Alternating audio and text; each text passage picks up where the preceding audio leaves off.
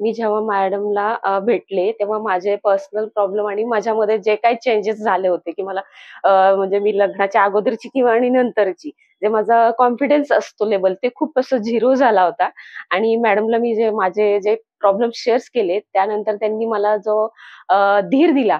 त्यांनी मला एक सजेस्ट केलं, की म्हणजे तुम्ही हे सगळं हे करू शकता. तुम्हाला गोष्टी मनापासून आवडत नाहीत किंवा जे काही असेल ते, त्याच्यात प्रत्येक गोष्टीचा विचार करून तुम्हाला ज्याच्यात छान वाटते, तुम्ही ज्याच्यात कम्फर्टेबल आहे, त्या गोष्टी तुम्ही करा.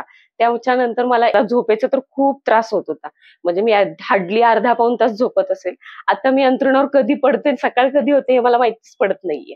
इतकी मला झोप लागते. दिवसभरात मी कधीही, कुठेही झोपू शकते. पहिली मला झोपच नाही लागायची, त्यामुळे मला खूप त्रास व्हायचा. मायग्रेनचा पण थोडाफार त्रास होता.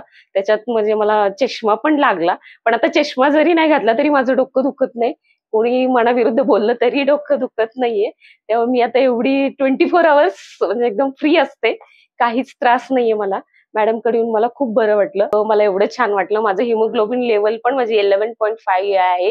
मी चेक केलं आणि खूप छान वाटले. माझे केस पण खूप गळत होते, ते पण थांबले. मॅडमनी मला खूप हेल्प केली. त्यांनी जे काउन्सिलिंग केलं आणि त्यांनी मेन म्हणजे मला इमोशनली जो सपोर्ट दिला, त्यांनी मला खूप माझ्या लाईफमध्ये चेंजेस झालं.